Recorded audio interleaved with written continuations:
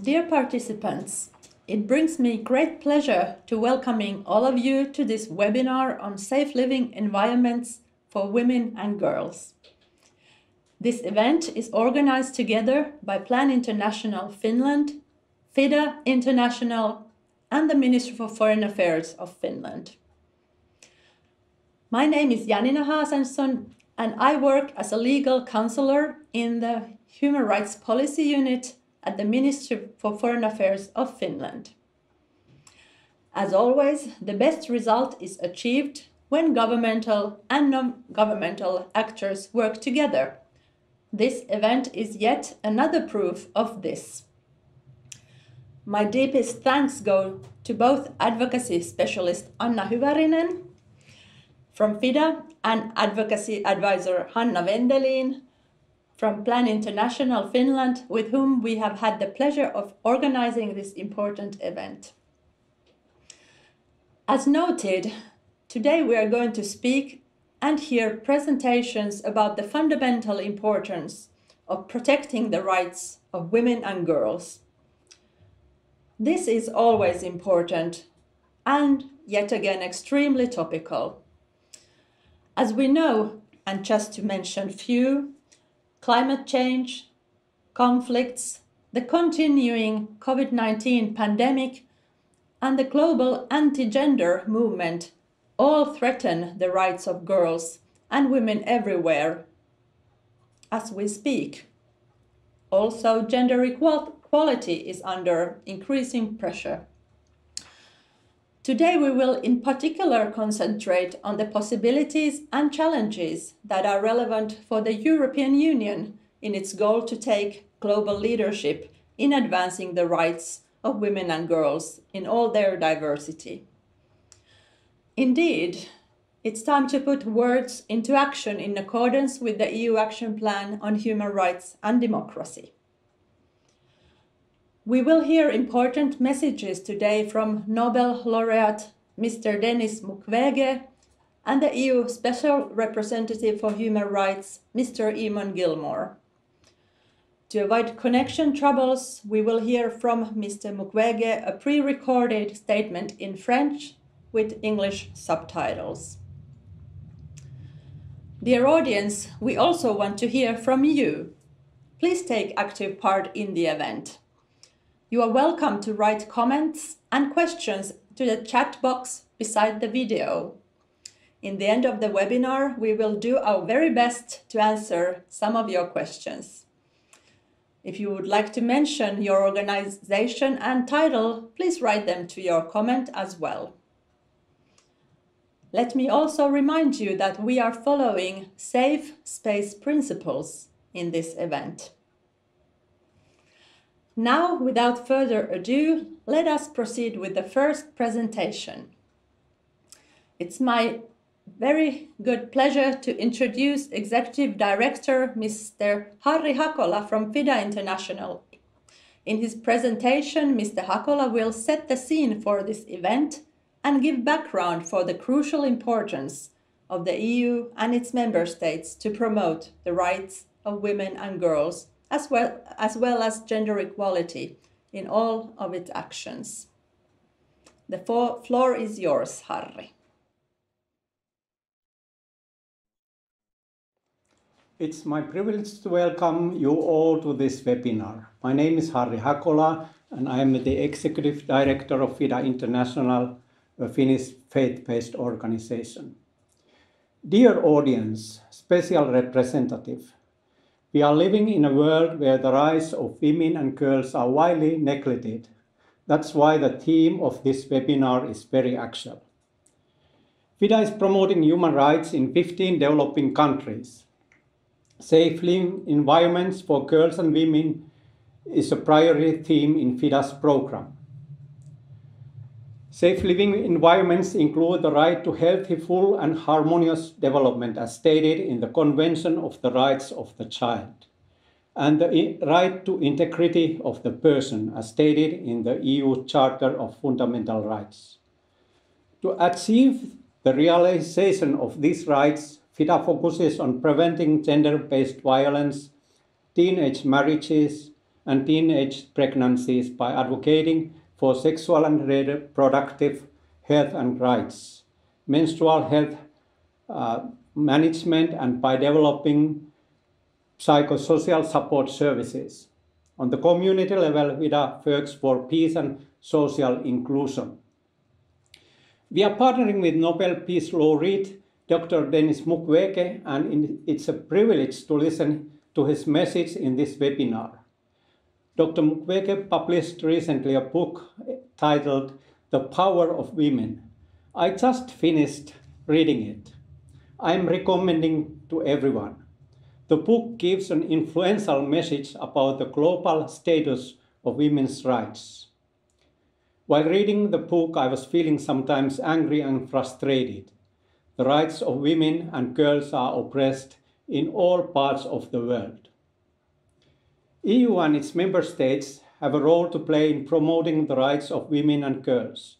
That's why EU has adopted the Gender Action Plan 3, GAP 3, and the Action Plan on Human Rights and Democracy 2020-2024, according to which the EU and its member states will promote women's and girls' full enjoyment of human rights, gender equality, and the empowerment of women and girls as a priority across all areas of action.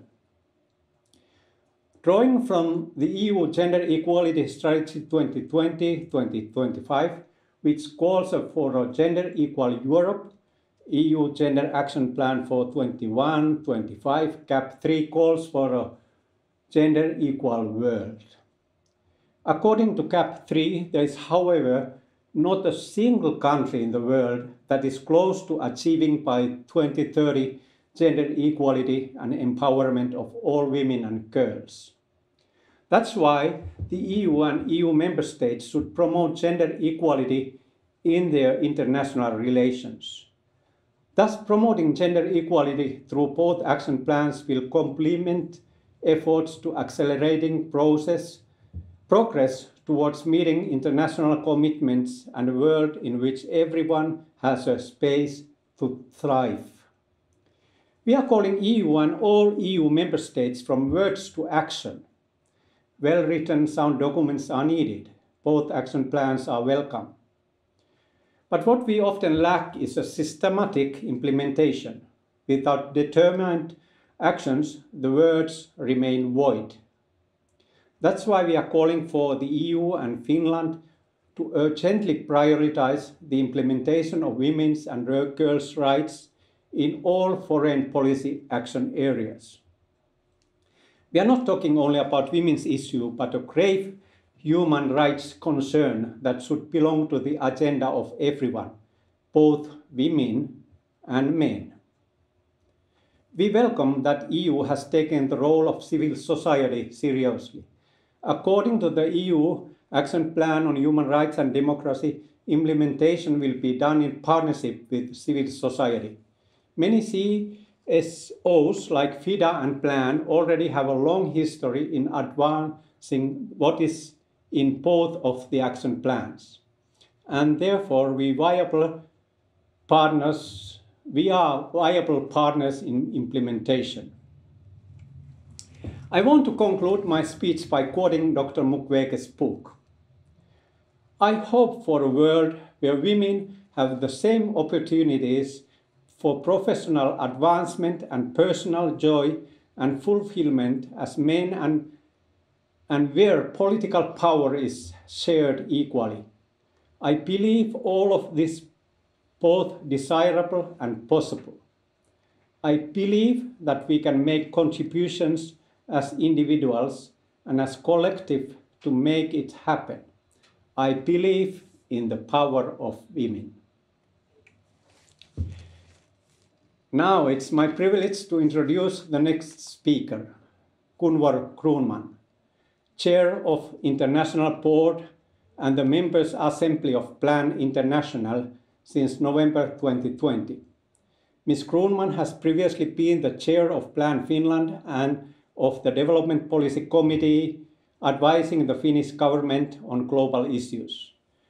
Gunvor Kronman will speak about advancing girls' and young women's rights in times of COVID-19.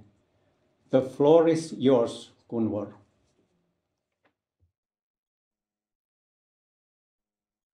Good afternoon, everybody. My name is Gunvor Kronman, and I have the honor of serving as the chair of Plan International. Plan International is a rights-based humanitarian and development INGO working for children's and especially girls' and young women's rights. Our organization is today present in more than 70 countries. And we deliver together with often with local civil society, life-saving humanitarian interventions and development programs addressing human rights of the most marginalized children and youth, and especially girls and young women. We do know that crises are deepening existing inequalities, and COVID-19 is no different, disproportionately affecting girls and young women. Beyond the strain put on health systems, children see their education severely disrupted by school closures and face hardships due to the loss of their families' livelihoods. Many young women, and this is a really sad fact, will never return to school. An additional 20 million secondary school-aged girls could be out of school after this crisis. And it doesn't end there. Increased rates of child, early and forced marriage, female genital mutilation, child labor, unintended and unwanted adolescent pregnancy, sexual exploitation and gender-based violence are only some of the pandemic's indirect consequences. From safety to education and from economic security to access to technology, the pandemic affects girls and young women in all aspects of their lives. Gains that we did do during the last 20 years are now being reversed under our watch. Before the pandemic, we needed, as women, to wait 99 years for full equality. Now, according to latest figures from the World Economic Forum, it's 136 years. But how do we tackle this? The EU Action Plan on Human Rights and Democracy can be part of the answer by protecting girls' and women's rights, as mentioned under Priority 1, protecting and empowering individuals.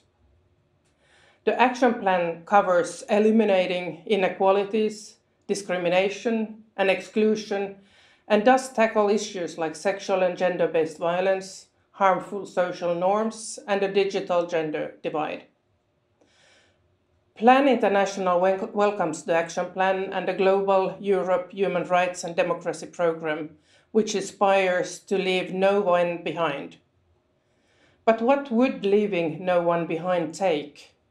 And let me here share with you 5 crucial things. First of all, we do need meaningful youth participation. Plan International supports youth-led collective action that is safe, that is meaningful, sustainable, strategic, and exclusive. The EU must promote legal and policy frameworks in partner countries that do protect civil and political rights of young people and create an environment where youth enjoy the fullest their right to influence decisions through meaningful consultations, through participation in decision-making, the right to protest, and the right to free speech. Secondly, protection of sexual reproductive health and rights. This is an area where we have seen a lot of decline the past years. We must challenge gender discriminatory norms and end sexual violence against girls. We need to strengthen girls' agency and ability to make autonomous and informed decisions about their sexual and reproductive health. We need to ensure the provision of comprehensive sexuality education and that health services meet adolescent-specific needs. The third point is about inclusive education. Education is a right and can be transformative in promoting gender equality. Access to school can delay unintended adolescent pregnancy and early childbirth, as well as it can prevent and respond to violence. Ensuring girls have access to school and removing discriminatory barriers that prevent pregnant girls and young mothers from completing their education is essential in eliminating child, early, and forced marriage. Girls in all their diversity must have access to inclusive and quality education. The fourth point is around recognizing the digital element. And here we just must ensure equal access to digital spaces and devices and skills to use them. The fifth and last point is that we need gender transformative approach, challenging the root causes of inequalities, not just the symptoms. Such an approach follows the entire life course of a person, considers them in all their diversity, and works with girls and young women to strengthen their agency and improve their conditions. And of course, boys and men are also crucial, as by embracing positive masculinities, they can be true gender equality allies. Lastly, this work fosters an environment where we can work together at all levels to support children and youth. Plan International runs adolescent empowerment programs all around the world and supports young people in raising awareness about COVID-19 within their own communities. For example, in Uganda, as a response, we facilitated girls' access to decision-making. In Paraguay, we provided trainings on digital participation. In Peru and Guinea, we equipped young people with devices and data credit cards to help them access decision-making spaces. Let me end by this. It's encouraging that the action plan aims to be gender responsive. However, we must move from gender responsive to gender transformative. Girls and young women deserve to thrive. We must do what we can to support them. Anything less would mean we fail them. Policies and programs need to focus on girls and young women. That's how we leave no one behind. Thank you.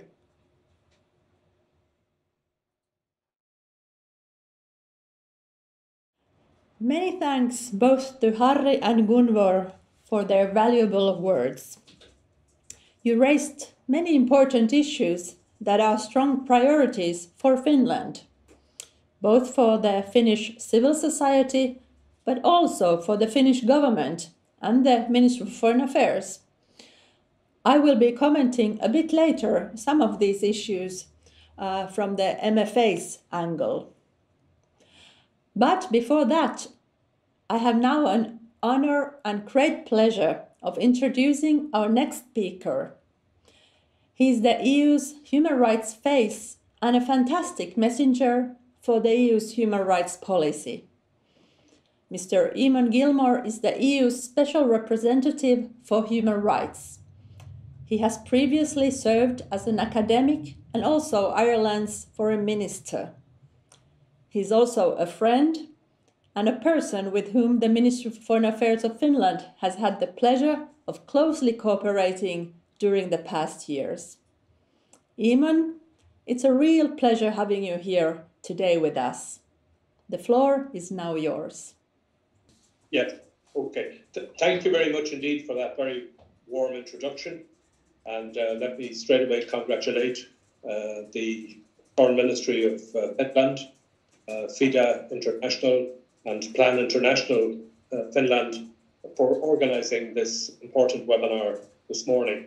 I think this is a great example of partnership bringing together the European Union, a member state, and civil society organisations. And I also want to take the opportunity of congratulating Finland on commencing your 3-year term Human Rights Council now, and also the leadership that Finland provides in the area of human rights, and particularly relating to gender equality.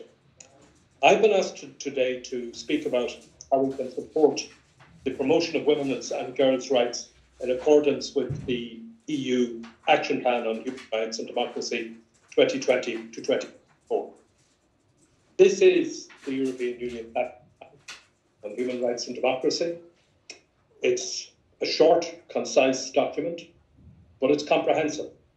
It is the only one of its kind in the world, the only action plan, the only blueprint of its kind by any regional organisation in the world. And it was agreed unanimously by all of the 27 states of the European Union just over a vote. Among its many provisions, the Action Plan on Human Rights and Democracy sets out the promotion of women's and girls' full enjoyment, human rights, gender equality, and the empowerment of women and girls as priority across all areas. It includes a number of specific objectives, such as fighting multiple intersecting forms of discrimination, advocating for the elimination, prevention, and protection from all forms of sexual and gender-based violence, social norms of harmful practices, such as female genital mutilation, female infanticide, child early and forced marriage. Our separate action plan on gender equality and women's empowerment in external action 2021 to 2025 complements the action plan on human rights and democracy. It serves as an ambitious agenda guiding EU action in promoting gender equality and women's empowerment worldwide. Among other benchmarks, the EU Gender Action Plan envisages that by 2025, 85% of new EU actions will have gender equality either as a significant objective or as its main objective. These two action plans are our guides for promoting gender equality, equal opportunities, and an inclusive post-pandemic recovery for everyone, everywhere in the world. As I've mentioned, the Action Plan on Human Rights and Democracy has been adopted unanimously by all of the 27 member states. So advocating for gender equality and the rights of women and girls, as well as pursuing other lines of priority action, are our joint strategy and our joint commitment. As the European Union Special Representative for Human Rights, I have a central role in guiding the implementation of this action plan. However, for both the Action Plan on Human Rights and Democracy and Gender Action Plan, the role of the 143 European Union delegations and the hundreds of member states' embassies across the world are key. They are our eyes and ears on the ground, and they are responsible for translating these action plans into individual country strategies that take into account the local context and bring life to the action plan. EU unity and joint ownership on gender equality are, of course, essential if our voice is to be effective and credible in multilateral fora. However, we cannot implement this action plan alone. Many actions are based on cooperation and partnership, and we need to listen and to work closely with other stakeholders, including the United Nations, other regional organisations, and especially civil society organisations, to improve and to address our common problems. And member states such as Finland have an important role to play in this regard. Of course, any foreign policy strategy is always only a first step and the beginning of the hard work on the ground and in political arenas. So let me give you a few examples of the concrete EU efforts behind the Action Plan on Human Rights and Democracy and the Gender Action Plan. Violence against women and girls is one of the major obstacles to women's empowerment and a scourge, often leaving a lasting mark on their victims. The Spotlight Initiative, which the European Union launched in partnership with the United Nations, with an initial contribution of €500 million, is an unprecedented global programme investing in the prevention and support to eliminate all forms of violence against women and girls. It covers physical, psychological, sexual, economic and other types of violence and discrimination, harmful practices and exclusion that women suffer in different areas of their private and public lives, from making decisions freely and independently about their sexual and reproductive life to participating effectively in the economic and political processes in their countries. There has been a particular focus on domestic and family violence, on sexual and gender-based violence, on harmful practices, on femicide, on trafficking in human beings, and sexual and economic and labour exploitation. The Spotlight Initiative is being implemented in 5 regions: in Asia, Africa, Latin America, the Caribbean, and the Pacific. Much of the effort made under the Spotlight programme is bearing fruit. In 2020, more than 650,000 women and girls were provided with gender-based violence services, despite the COVID-19 pandemic constraints and lockdowns. For instance, the legislation passed in Niger in 2019 with the support of Spotlight to increase women's participation in government, especially the quota law, has led to an increase of women's representation from 15% to 25% of elected women representatives and 25% to 30% of nominated women's representatives. In El Salvador, more than 20,000 young people and 284 teachers have received training on comprehensive sexual education. In addition, the EU is co-leading the Action Coalition on Gender-Based Violence within the Generation Equality Forum.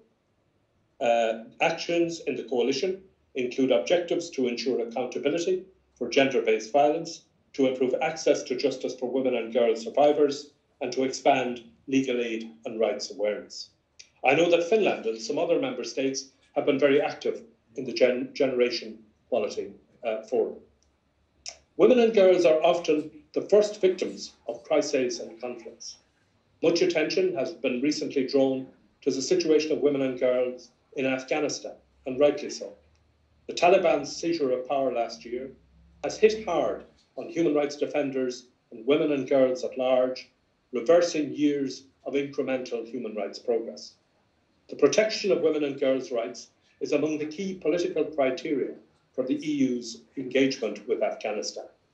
The Council conclusions of the 15th of September 2021 states that EU support for Afghanistan will depend on the respect for the international legal framework and norms on human rights, including on women's and girls' rights.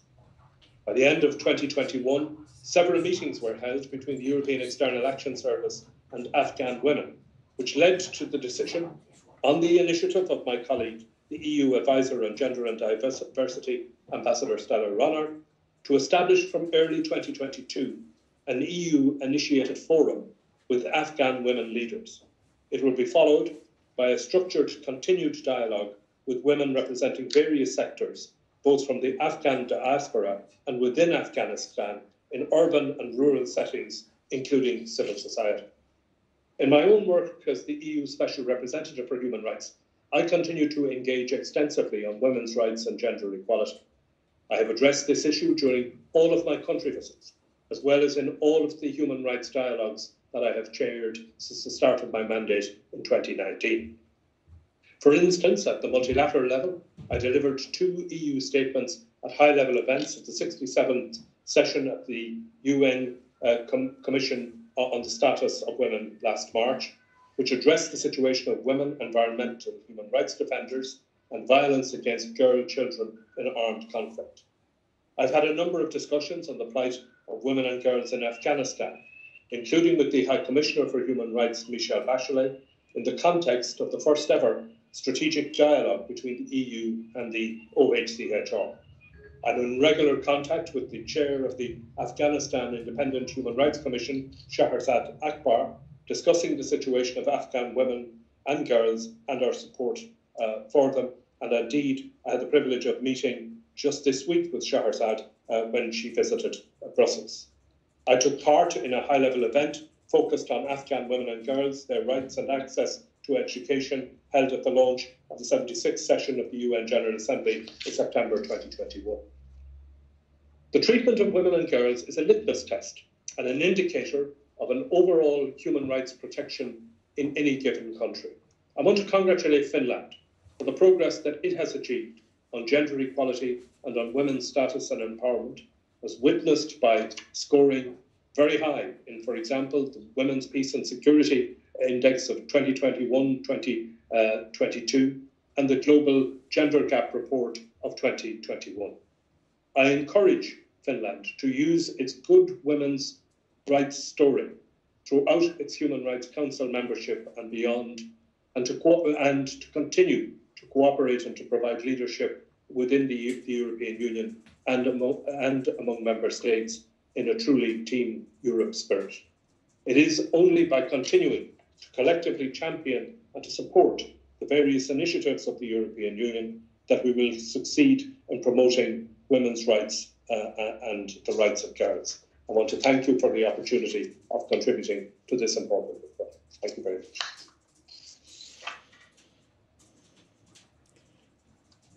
Thank you so much, Mr. Gilmore, for these important and strong remarks.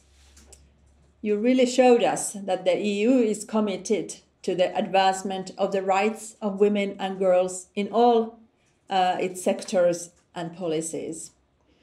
And together we can achieve concrete results, as you mentioned. It's really our common duty to stay in this track also in the future. And you can rest assured that Finland and the Ministry of Foreign Affairs of Finland will be your partner in this work. As you will need to leave us soon, Mr. Gilmore, let me ask you one question that has come up. It's about the monitoring and measuring of the action plan, actually both action plans, the EU action plan on human rights and democracy, but also the gender action plan. Could you say a few words or elaborate just with a couple of minutes how this is done, and do you see any challenges in this work? Thank you. Well, when the action plan was adopted, the High Representative Joseph Borrell was very clear that he did not want this action plan to just sit on a shelf, that he wanted it implemented. And so the action provides for a number of means by which it will be implemented in practice. First of all, through the country strategies that have to be agreed in each of the 143 countries where the European Union has delegations.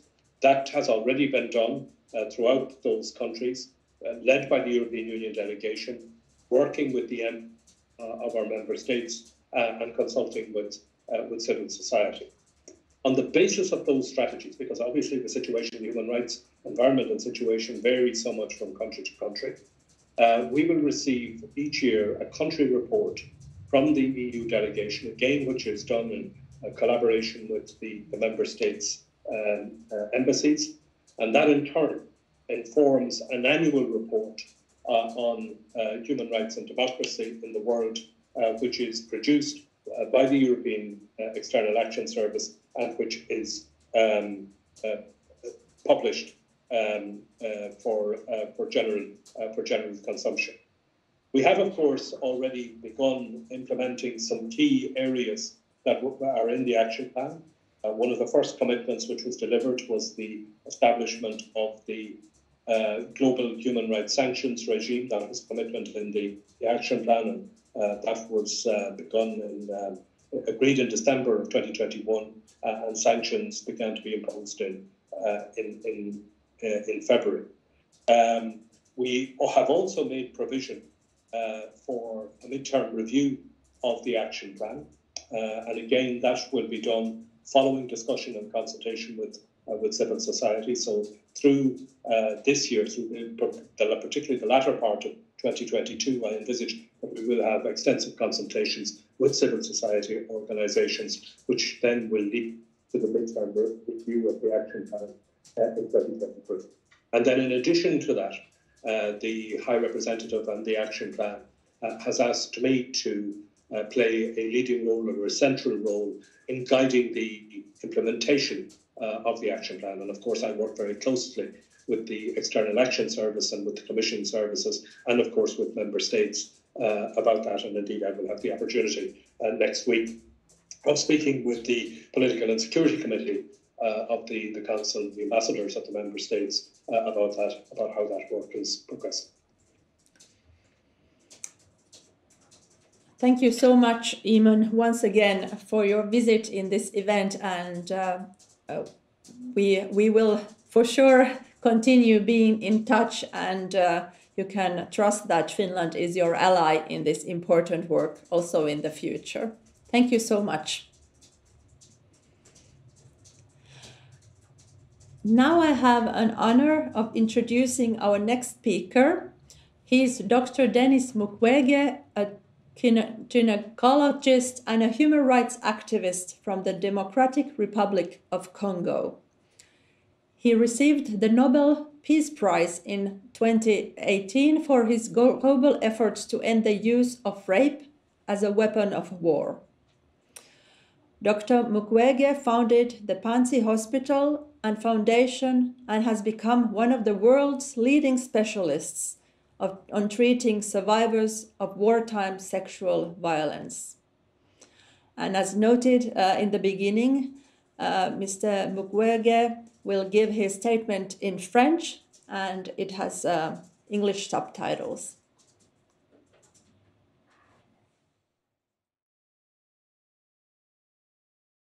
Mesdames et messieurs, je tiens à remercier nos partenaires des FIDA pour nous confier à prendre la parole à cette conférence organisée avec Plan International et le ministère finlandais des Affaires étrangères.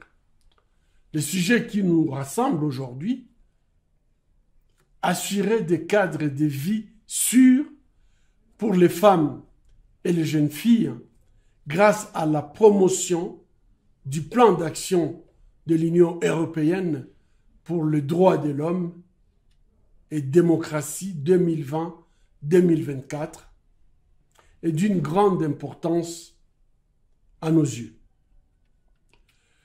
Permettez-moi avant tout de faire deux observations. D'abord, en tant que citoyen congolais, les droits humains et la démocratie dans notre pays, qui sont souvent considérés comme des droits universels, tendent davantage à rester les idéaux à atteindre que des réalités tangibles pour mes compatriotes. Il s'agit même d'une légende pour la majorité de la population congolaise, car notre jeunesse n'a connu que malheureusement des régimes autoritaires, des régimes qui ont tout simplement abusé de leurs droits, des guerres à répétition, des crises chroniques, d'instabilité politique et la culture de l'impunité. Ensuite, en tant que citoyen du monde, en ce début du XXIe siècle, nous assistons avec consternation à une crise de la démocratie et l'érosion des droits humains en général et malheureusement des droits des femmes en particulier. Les idées extrémistes, radicales et xénophobes tendent à se banaliser dans de nombreuses sociétés et dans les discours politiques de nombreux pays, au point d'être parfois reprises par les partis politiques démocratiques. En outre, cette tendance inquiétante, caractérisée par l'essor des politiques liberticides, a été exacerbée par la pandémie de Covid-19 Et comme dans toutes les périodes de crise, les droits des femmes et des jeunes filles sont particulièrement fragilisés. Mesdames et messieurs, c'est sous ce double prisme des citoyens congolais et des citoyens du monde que nous percevons l'Union européenne en général et la Finlande en particulier comme un phare pour le monde, un lueur d'espoir pour lutter contre les forces conservatrices, enclines à faire régresser les principes démocratiques et les droits humains des femmes. Le plan d'action de l'Union européenne pour les droits de l'homme et la démocratie nous rappelle donc, dans un contexte de crise globale, que les droits humains constituent non seulement une des valeurs fondamentales de l'Union européenne, mais aussi l'un des objectifs qui inspire ses relations extérieures. Par conséquent, il est impératif de réaffirmer aujourd'hui, haut et fort, les acquis d'hier pour les consolider demain et les léguer aux générations futures. En effet, il est indispensable de se souvenir que jusqu'il y a peu, les femmes n'avaient pas le droit de voter, de travailler ou de posséder leur corps, posséder leurs biens et passer de la tutelle de leur père à celle de leur mari. Dans le contexte d'après-guerre, où une génération presque entière d'hommes était tombée au combat ou blessée, les femmes ont montré leur capacité, ont montré par leur courage et leur plus-value que les relations entre les genres ne sont pas statiques, mais au contraire peuvent évoluer et être changées. Ainsi, les femmes ont progressivement acquis des responsabilités professionnelles, gagné leur autonomie financière, le droit de disposer de leur corps, d'être élues à la tête d'une entreprise ou d'un État. Ces changements ont profondément modifié le paradigme de la domination masculine pour embrasser une conception plus inclusive basée sur l'égalité et le respect mutuel. Dans de nombreux endroits du monde, à l'instar de la Finlande, ce bouleversement des relations entre les femmes et les hommes opéré tant dans la sphère familiale que dans l'ensemble de la société a été un facteur prépondérant du développement humain et social, de la croissance économique et de la construction des sociétés démocratiques progressistes. Mesdames et messieurs, les avancées remarquables de ces dernières décennies, qui sont l'un des plus grands progrès du XXe siècle, demeurent fragiles. Les droits humains des femmes sont bafoués ou remis en cause quotidiennement sur tous les continents. Comme le souligne d'ailleurs, et ceci à juste titre, Simone de Beauvoir, dans son livre Le deuxième sexe, n'oubliez jamais qu'il suffira d'une crise politique, économique ou religieuse pour que les droits des femmes soient remis en question. Ces droits ne sont jamais acquis. Vous devriez rester vigilante votre vie durant. Cette phrase datant de 1949 reste d'une grande actualité aujourd'hui.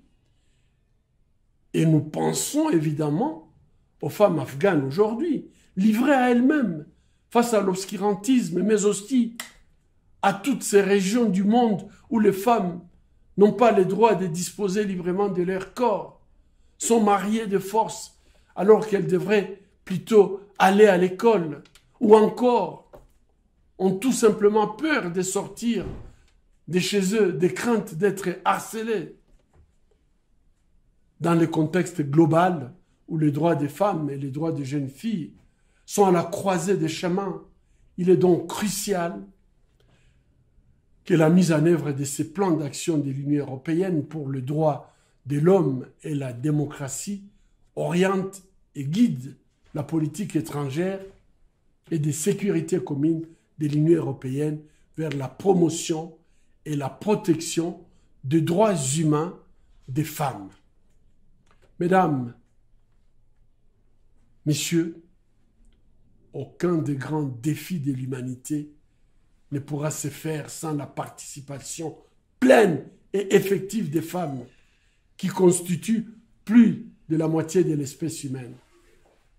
Nous pensons notamment à l'instauration de la paix dans les pays qui aspirent à sortir des conflits ou de la réalisation des objectifs de développement durable à travers le monde.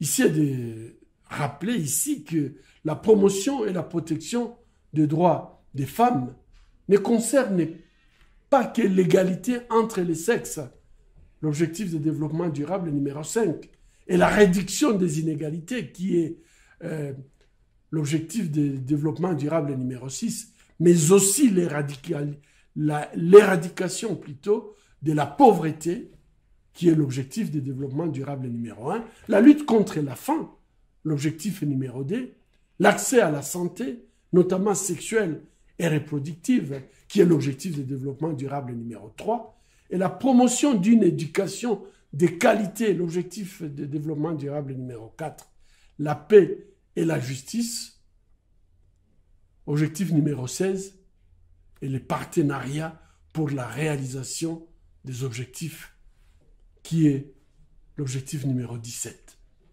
C'est à la lumière de ces constats de la place fondamentale des femmes dans tous les aspects de notre vie que l'Union européenne et la Finlande devraient jouer un rôle de premier plan pour éliminer les violences, les abus et les discriminations qui affectent les femmes et les jeunes filles dans la sphère familiale ou professionnelle, en privé ou en public, car ces violences, ces abus et ces discriminations sont tout simplement des obstacles au progrès de toute communauté humaine. En outre, l'expression latente de ces violences dans les sociétés en période de paix se révèle de manière patente dans le contexte des guerres, et ceci, on peut très bien l'observer en République démocratique du Congo, où on peut se poser la question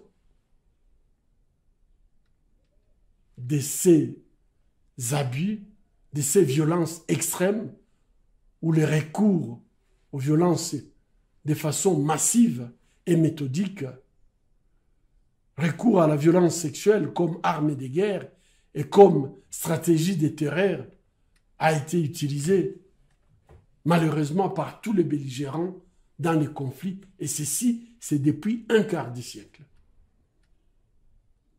Mesdames et messieurs, face à ces atrocités commises sur notre ressource la plus précieuse, les femmes et les jeunes filles, nous avons progressivement développé un modèle de prise en charge holistique pour nos patientes. Ce modèle de guichet unique, ou un stop center, a pour objectif de répondre au même endroit aux différents besoins de nos patientes, qui sont ensuite guidés dans un système de référencement interne à la carte où elles peuvent recevoir un accompagnement personnalisé centré sur leurs besoins. Cette prise en charge englobe des soins psychologiques et médicaux, une réintégration économique et sociale, un accès gratuit à la justice. Et chaque jour, nous sommes émerveillés par la résilience et la force de nos patientes. Cette assistance holistique et cet accompagnement permet aux victimes de récupérer d'abord psychologiquement, puis physiquement, et ensuite d'acquérir de nouvelles compétences pour intégrer leur communauté avec une valeur ajoutée qui bénéficiera à l'ensemble de la communauté. Nous sommes très fiers d'accompagner cette transformation de la souffrance en force, car les survivantes deviennent des leaders communautaires et des agents du changement, défendant non seulement leurs droits et ceux de leurs enfants, mais on est surpris de voir à quel point elles défendent également les droits humains et la dignité pour tous. Nous plaidons aujourd'hui pour que cette assistance holistique des qualités soit considérée comme un droit humain à la réhabilitation lorsque les femmes ont subi des violences sexuelles. Nous aspirons à ce que le modèle de prise en charge holistique développé à Panzi soit dupliqué avec le soutien de l'Union européenne et de la Finlande, bien sûr, dans toutes les situations où le besoin de prise en charge des survivants ou survivantes existe. Mesdames et messieurs, notre responsabilité ne peut se limiter à réparer les conséquences de la violence, mais doit avant tout veiller à les prévenir. En matière de prévention, il faut avant tout privilégier une éducation qui favorise l'égalité et met fin aux pratiques néfastes et aux coutumes rétrogrades, car la violence sexuelle est une expression d'un rapport de domination et de pouvoir que le système patriarcal a nourri depuis des siècles. Il faut non seulement garantir un accès égal à l'éducation aux jeunes filles, mais aussi initier nos enfants à la masculinité positive depuis le plus jeune âge pour qu'une nouvelle génération égalité grandisse dans un esprit de respect mutuel et de complémentarité plutôt harmonieuse. Enfin, nous exhortons l'Union européenne et la Finlande à redoubler d'efforts pour lutter contre l'impunité dont jouissent les auteurs de viols et de violences basées sur le genre. La lutte contre l'impunité reste le maillon faible de toutes les stratégies pour répondre aux violences sexuelles et protéger les survivantes. Il faut combler les fossés entre les droits et la pratique. Ces climats d'impunité pour les crimes à caractère sexuel envoient tout simplement aux bourreaux le message qu'ils ont le champ libre pour poursuivre leur forfait sur le corps des femmes et des jeunes filles. Comment se fait-il, par exemple, que les Nations Unies aient documenté 617 crimes internationaux dans les rapports mapping sur les violations les plus graves des droits de l'homme et du droit humanitaire commises en République démocratique du Congo entre 1993 et 2003, une période où les violences sexuelles, comme méthode de guerre, a ravagé les vies des centaines de milliers de femmes et que la communauté internationale n'a toujours pas établi un tribunal international pénal pour le Congo 11 ans après la publication de ces rapports. C'est tout simplement une façon de promouvoir l'impunité. Et lorsqu'on fait la promotion de l'impunité, malheureusement, le message qui est donné au bourreau, c'est que vous pouvez continuer. Et ça, c'est de notre responsabilité, tous, de lutter contre l'impunité des violences sexuelles faites aux femmes.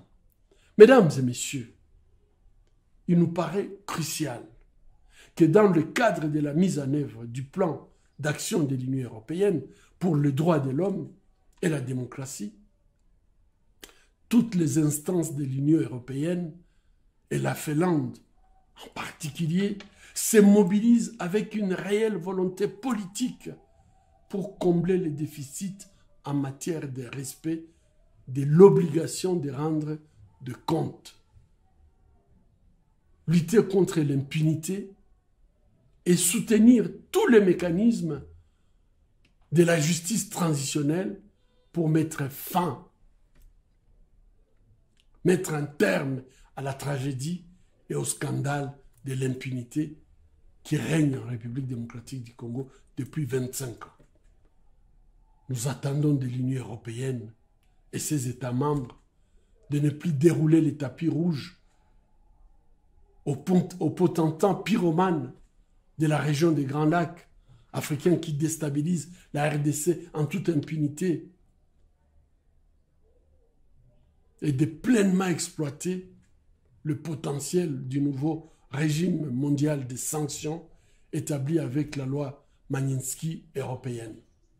En outre, nous exhortons la diplomatie et la coopération européenne et finlandaise à poursuivre un dialogue politique fort avec les autorités congolaises en matière de justice et apporter une aide technique et financière pour faire adopter une stratégie nationale holistique de justice transitionnelle et la mettre en œuvre sans tarder.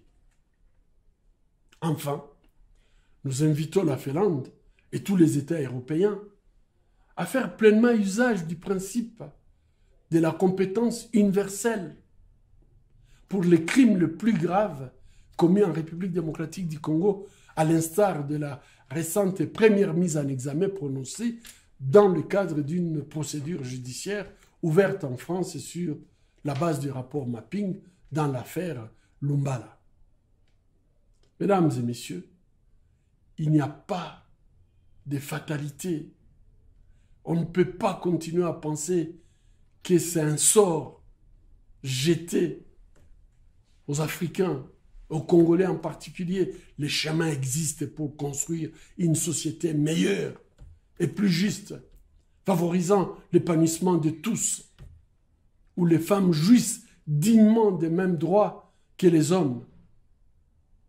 Ne soyons pas tout simplement indifférents au sort des milliers de femmes à travers le monde qui sont assassinées ou soumises à un traitement inhumain, tout simplement puisqu'elles sont nées femmes. Mobilisons-nous, hommes et femmes, dans un esprit de solidarité, de coopération et de respect mutuel, à l'échelle individuelle et collective, locale et globale, pour construire un monde meilleur, débarrassé des violences basées sur le genre. Ces rêves est possible. Chacun de nous peut contribuer à les transformer en réalité. Agissons ensemble, dès aujourd'hui, pour un monde plus digne, plus équitable et plus pacifique, en nous mobilisant aux côtés des femmes. En le faisant, nous créons un monde égalitaire, juste, où il fait beau vivre. Je vous remercie.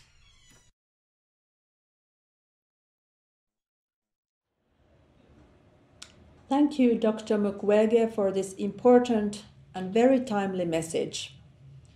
You have touched upon many issues that are of crucial importance to the full enjoyment of all human rights of all women and girls around the globe.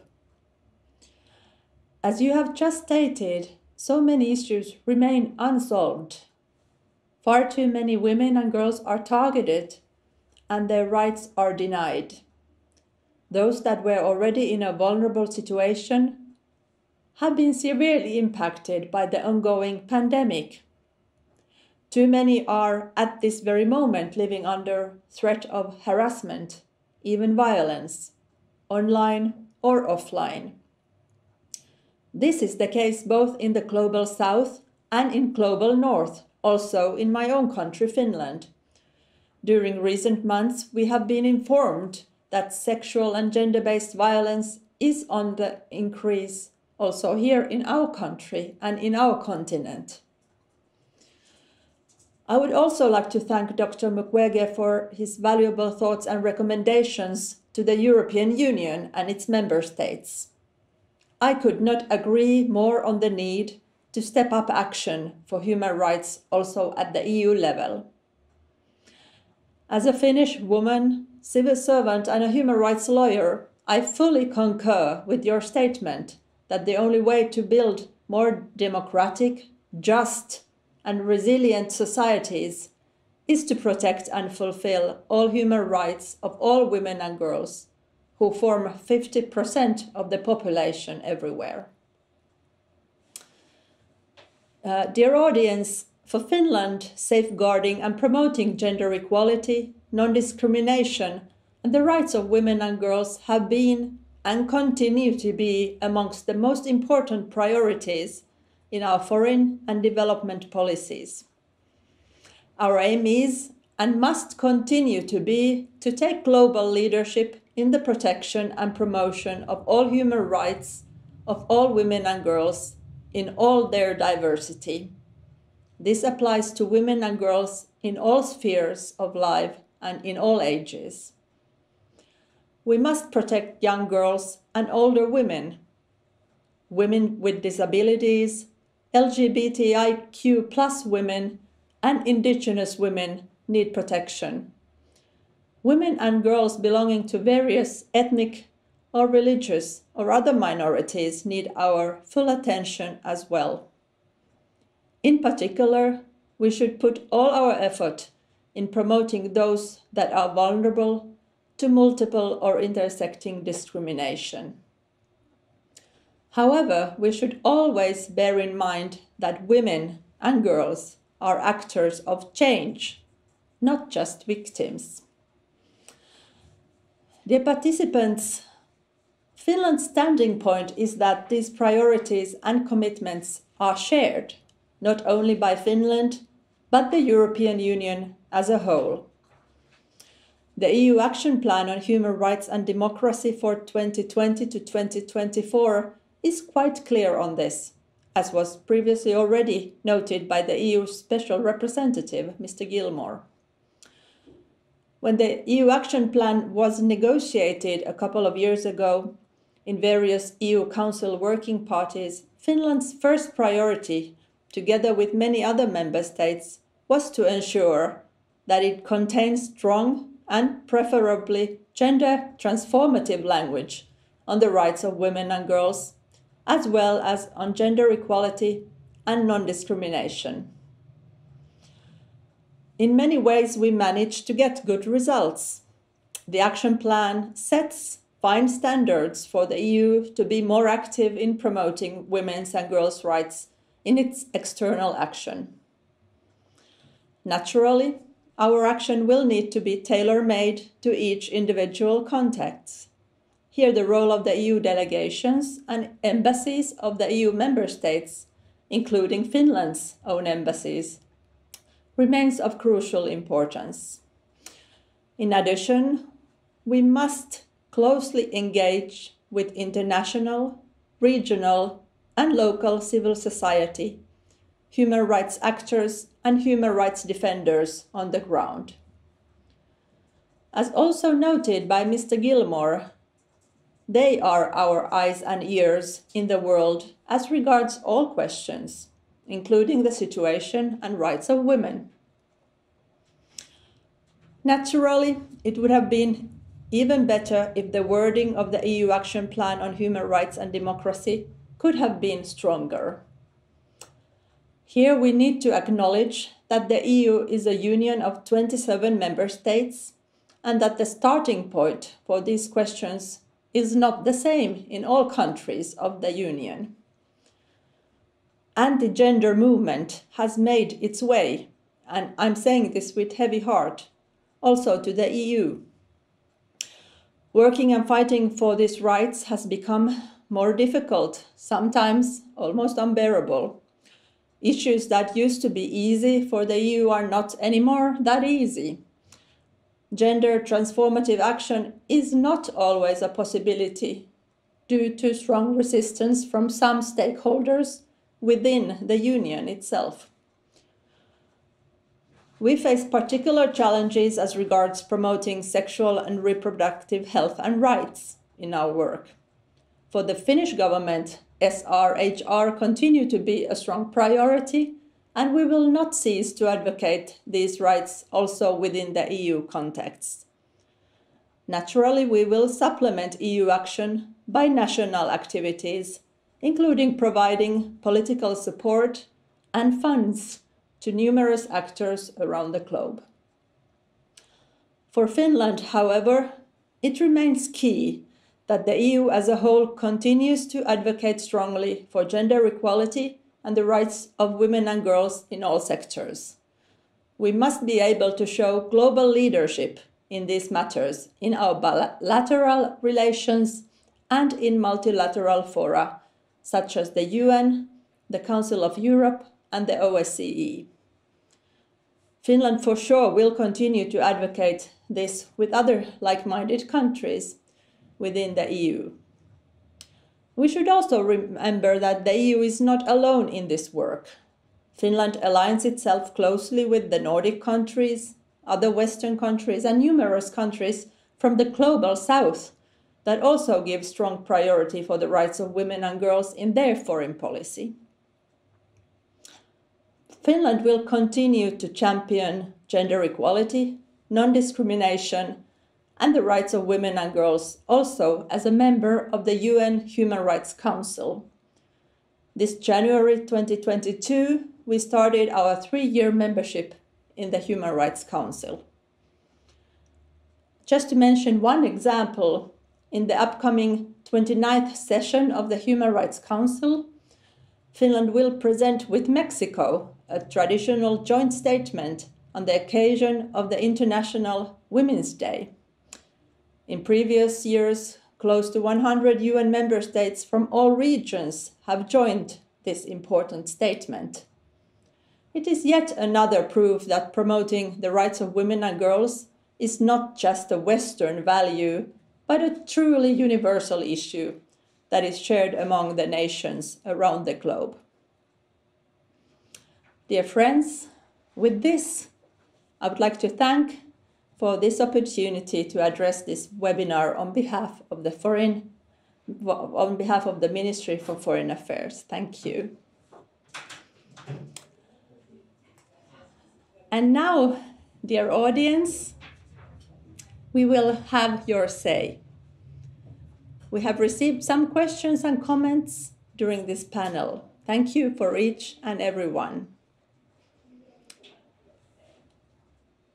And now I will also invite Gunvor and Harri to the stage. Welcome. Thank you. And we have received some questions indeed, and I will try to read them here from the chat. First of all, there is a question to Harri. Okay. Considering the current situation, what is the most urgent action area to be done to advance girls' and women's rights, in your opinion? My opinion is that everything starts from the education. Advancing girls' education, it's crucial importance in our work, and also women's participation in all levels of decision making in those countries where we do work. Thank you, Harri. There's also a question to Gunvor. Why do we need to pay attention specifically to girls? What's your opinion? Well, it's actually a well-known fact from numerous impact studies that investing in capacity of girls and women, it's not only the individuals that benefit, it's the whole community that benefits, and it's a very good way to advance development in general. Of course, what we've seen now during the past years is a huge decline in equality worldwide, so it's even more important than before. And investing in girls means also investing in boys, because we need boys and men to support this development. So there are many reasons, many good reasons. Thank you, Gunvor. I completely agree that this work should not be left only on the shoulders of women and girls, but we absolutely need all genders. Then there is a question, I guess, for me. What can and should European Union do to create a larger impact when it comes to preventing further human rights violations against girls and women? What can we do to? I guess Mr. Gilmore is not anymore available, so maybe this is just an opinion of one EU member state, Finland, and I can only speak on behalf of Finland, but I think one important thing is to be united in our messages, so that when we really say something, we say it with a strong and united voice. And this we all know. I referred to the anti-gender movement in my statement. This is a reality also here in Europe and in the European Union, and this is something that we shouldn't allow to come to European Union or impact its statements. We must stay strong, united, and at all levels. So it's not just the civil servants or the human rights actors, human rights organizations, but it's really everybody who is saying this at all levels. Also, of course, at the political level, we need these statements. So this is at least one concrete thing that we could do, and maybe be stronger than we are at the moment.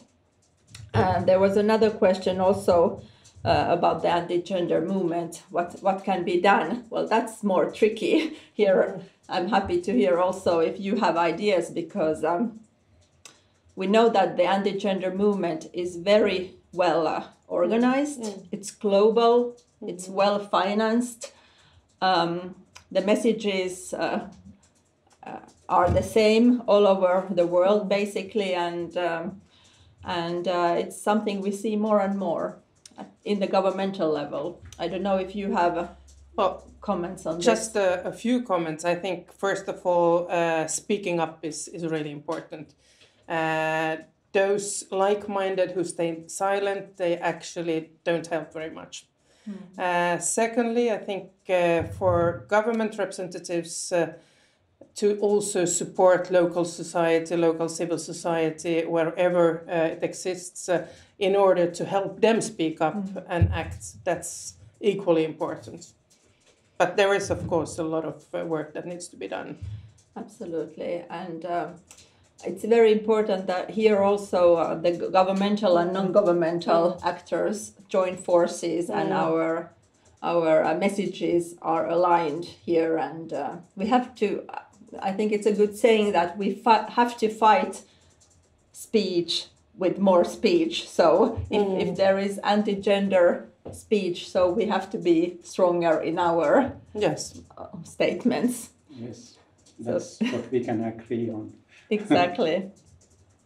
Then there is one question in the chat.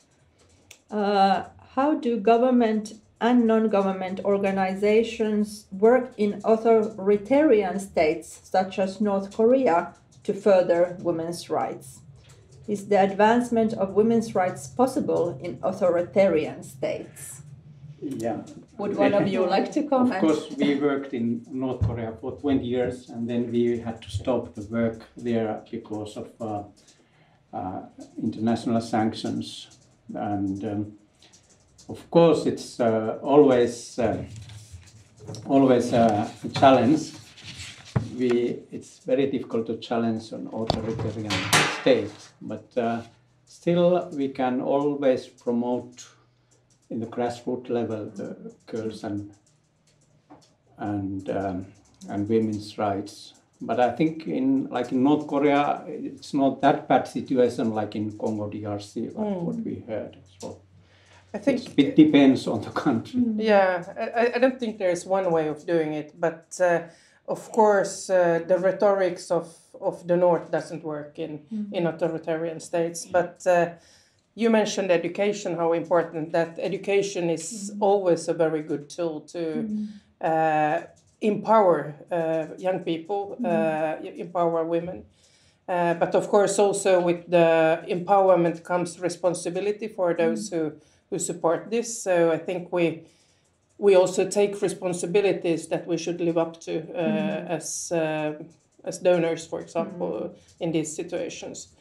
But I think NGOs in general have been very innovative in finding ways to also work in authoritarian states, and that's also where support from like-minded governments are very important in this work.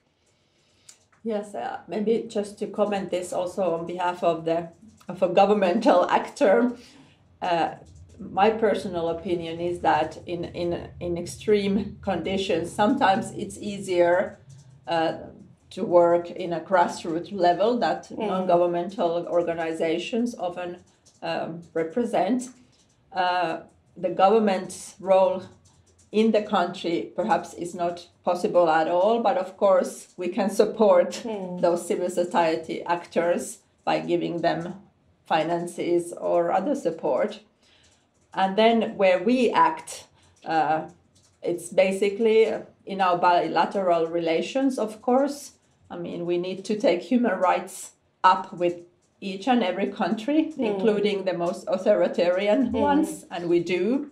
We have to do this at all levels, and use both silent and public diplomacy, I guess. I mean, sometimes we need public diplomacy, statements at the Human Rights Council, for example. Then there are sometimes cases where silent diplomacy is the best way to go forward. Of course, we have to also apply the do no harm principle. Sometimes it's better to work behind the scenes, but very often both are needed. So both multilateral action statements, but also discussions bilaterally. I think it's fair to say also that it is in some ways at least becoming more difficult, as there are more and more places in the world where you don't have clear stakeholders to relate to. And even if an authoritarian government is sometimes easier to deal with than when there are multiple non-official actors that you need to know. And this is unfortunately the case in many humanitarian settings today.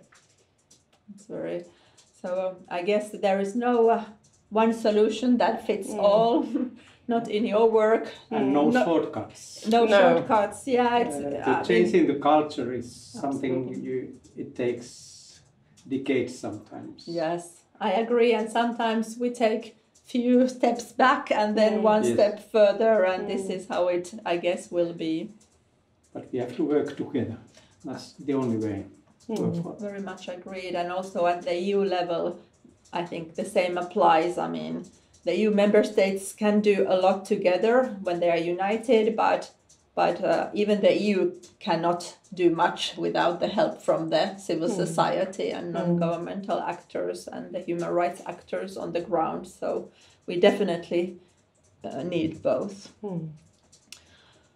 I think we are running out of time. Unfortunately, there were some questions that maybe we don't have time to take up now.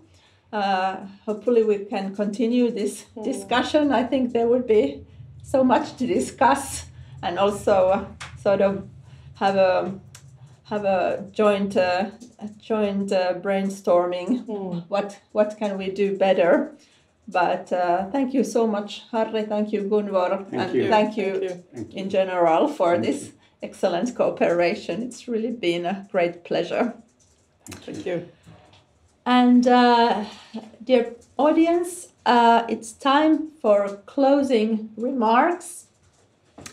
We have heard today so many excellent statements, so much substance. I think it takes a long time for all of us to absorb everything. I have learned a lot myself, and we will continue to address these questions also at the Ministry for Foreign Affairs of Finland.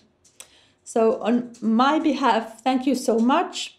And now we will hear closing remarks from Hanna and Anna from FIDA and Plan, and yet again my sincere thanks to both of you for all your work. Thank you.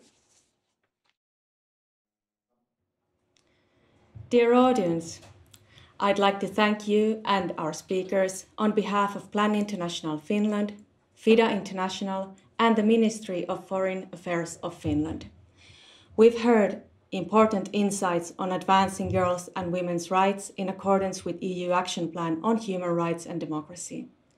We all seem to agree that without respect for gender equality and the implementation of sound policies, it is not possible for EU to achieve any of the overarching themes of the new action plan. All speakers pointed out that gender equality is increasingly challenged by current international and national political trends. For example, the degeneration of democracy and the rights of girls and women. Not all agree on the importance of girls' and women's rights, not even within the EU. It would be a mistake to take the pro-gender equality movement for granted. We will never wake up to a gender equal world by accident. Girls' and women's rights won't just happen by themselves.